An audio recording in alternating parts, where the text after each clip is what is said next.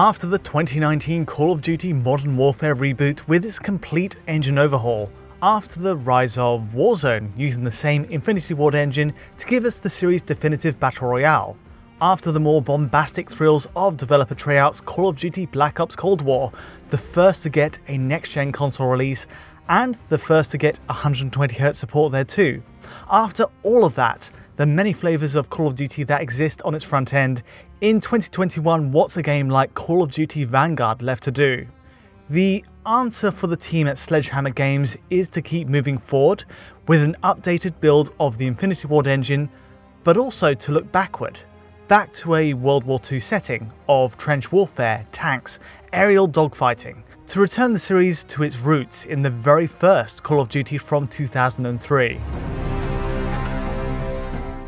The campaign of Vanguard is the star of the show. It's at the heart of the Vanguard package, much more so than its multiplayer in my opinion, which brings a comfortable but overly familiar gameplay loop.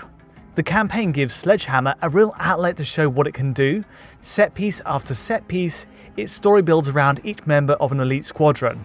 Motion capture is superb. Materials, lighting, and especially volumetrics across smoky woodlands show the IW tech pushed in a new way.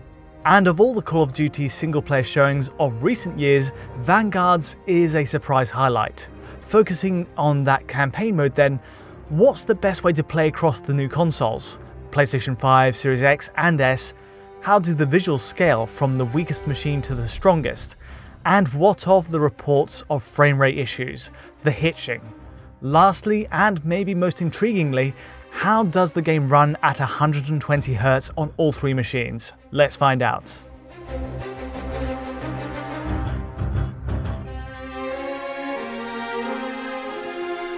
Having spent a good week with Vanguard, there's several points to go through first. It's a strong campaign, yes, though there are oddities on my capture too.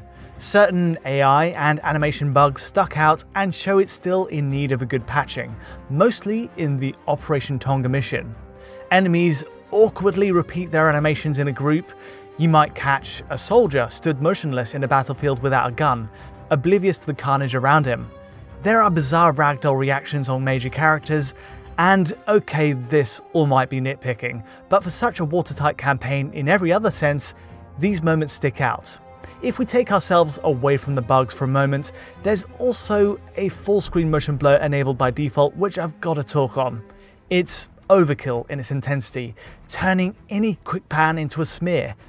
I turned it off right away, and I suspect for many it'll be more enjoyable to play switched off, but your mileage may vary. A few more oddities to touch on, specifically in the frame rate. I'm getting ahead of myself here, but Vanguard uses multiple frame rate targets depending on the scene, and it can be quite jarring.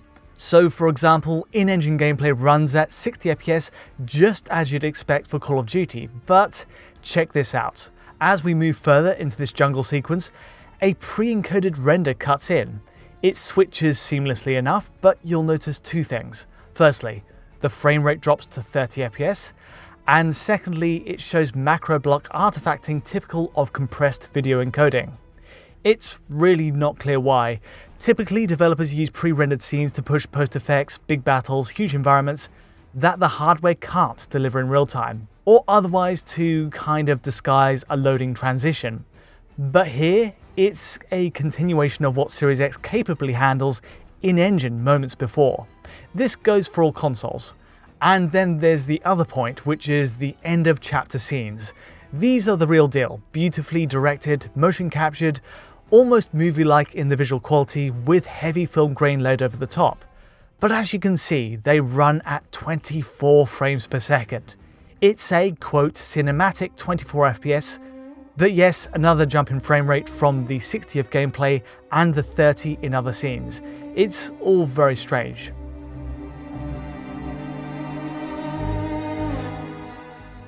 Okay, with all that said, let's talk platform differences. Let's talk native resolution. The fundamentals for PS5 and Series consoles are familiar if you've seen Warzone.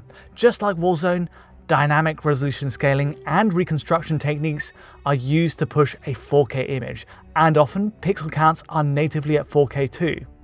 Tested on a frame just after a camera cuts, you get a peak of 3840 by 2160 on PS5 and Xbox Series X here, which are both entirely identical in feature set otherwise.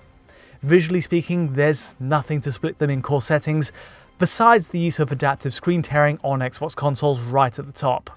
More on that later, but in 60fps gameplay it's rare to see a drop which invokes tearing at all. And then we have Series S, a 4 teraflop machine up against the 12 on Series X, which impressively guns for 1440p as the max target. DRS, reconstruction, all of it helps to clean the image up.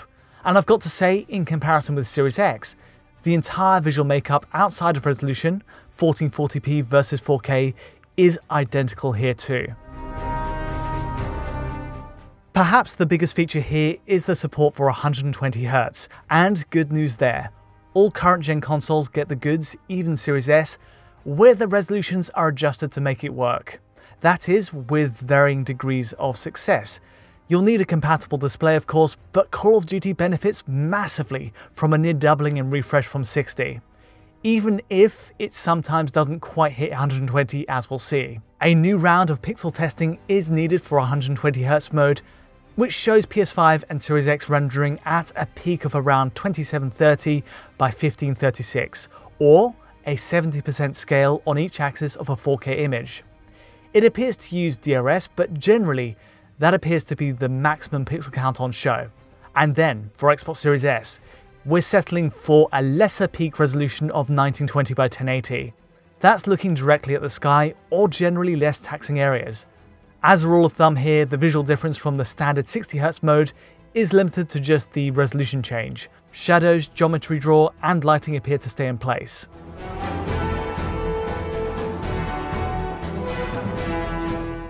The outlook is really good then. You get an excellent way to play Vanguard on all PS5 and Xbox Series consoles, and no one misses out on 120Hz. Everything from Series S up to Series X enjoys a matching visual feature set too. Set piece moments play out identically, barring a drop in resolution for Series S. All very expected. What isn't so expected or welcome is the current state of performance. We know about the unusual frame rate targets between gameplay and cutscenes, 60fps, 30fps, that cinematic 24fps for scenes bridging missions. All of that is tolerable. What doesn't work here are the drops in actual gameplay, and that manifests differently for all machines. Okay, let's kick off with the Xbox machines. As of patch 1.051, on Xbox we're seeing a predominantly 60fps game on Series X and S. It's actually great most of the time, as per usual for Call of Duty. That is with a catch right now. In between the long segments of 60fps gameplay, there are these moments, repeatable points where the frame rate will suddenly tank. The average frame rate goes to the 20fps mark or so, but the frame time spikes on the left side graph are more telling here. These are erratic leaps between 16 and 120 milliseconds, and beyond that, it makes the game impossible to control in these short moments. Often it's in places where there's nothing really taxing Series X, no AI characters, no alpha effects, no huge areas. It can happen just as you move between areas, or even while climbing walls, but that's it. The best theory is this is something tied to the checkpointing system, with an autosave notification popping up in some cases just around the same time.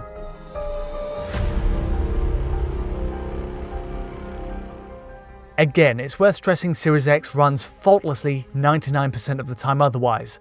Barring a few small hitches or one frame drops, this is pure Call of Duty territory at 60fps. Likewise, on Series S we have a pretty strong 60fps reading, though not quite as consistent. There's an exception in the first train hijack mission in Hamburg, one of the most computationally taxing in the campaign, where you'll catch a dip into the high 50s during a brief. Series S is the only one of these three consoles to drop here.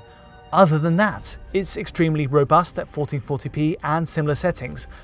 Though again, there are the same streaming lurchers as Series X, and always in identical spots.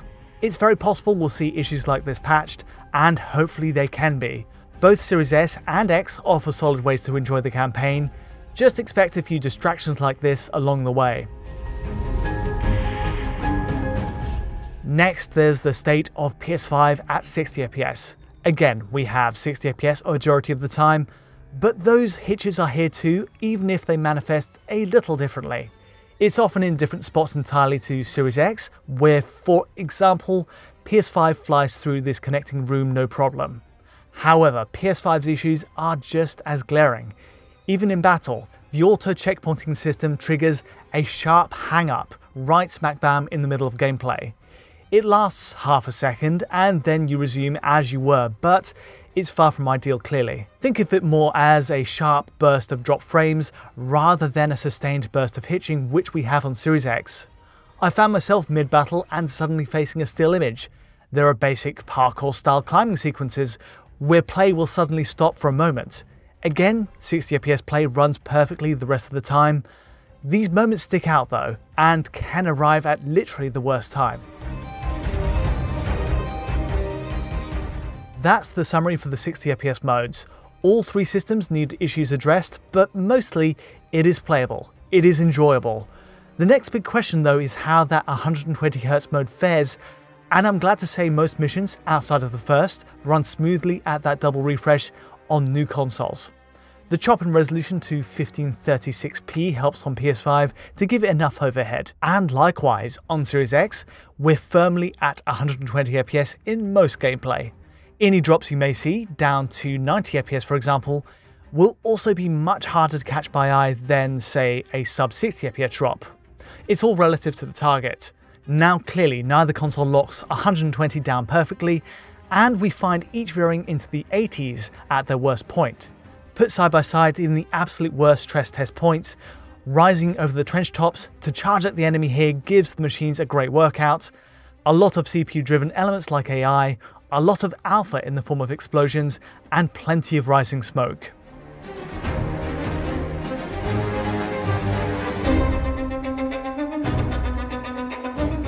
The Operation Tonga mission here is one example of many. PS5 wins out in this case with a V-synced output, no screen tearing as we see on Xbox, and the frame rate reading is higher by around 10fps at peak. Except that's not the case for every scene. Others, like this quieter moment drinking tea, shows Series X taking a 10fps lead of its own, though again with tearing. And for any other sequence in this test, we're seeing such a variable range of frame rates, there's little to separate the two in practice. We're between 80 and 120fps on both machines. Both are perceptually smoother than 60, which is the key point, on supporting displays, and with VRR enabled, yes, those drops will be even less noticeable. Between the two premium machines, there's no absolute winner here. Some scenes benefit PS5 more, others have a better showing on Series X.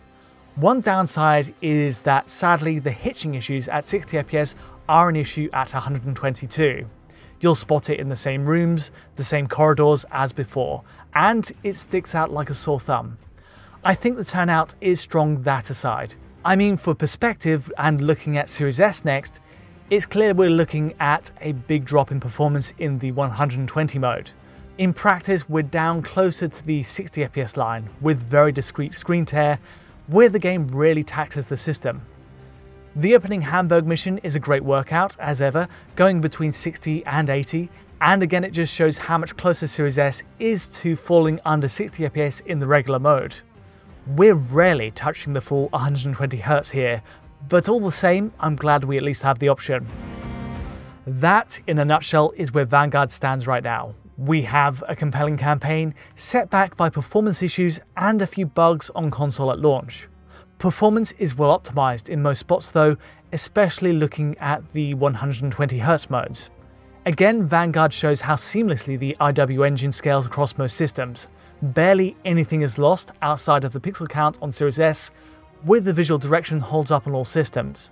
Call of Duty Vanguard might not stay long in the memory for its multiplayer, but the campaign sticks out, as a milestone for its engine, as a showcase for how it can be used in scripted set-piece moments. It's well worth playing through. But that's all from me today. If you did enjoy this quick look at Call of Duty Vanguard, please let me know by liking or subscribing, and as ever, don't forget to hit that bell to get notifications as any new video lands. To get a high quality version of this video, check out our Patreon at digitalfoundry.net, and to get in touch directly, just use Twitter. But from me for now, thanks for watching.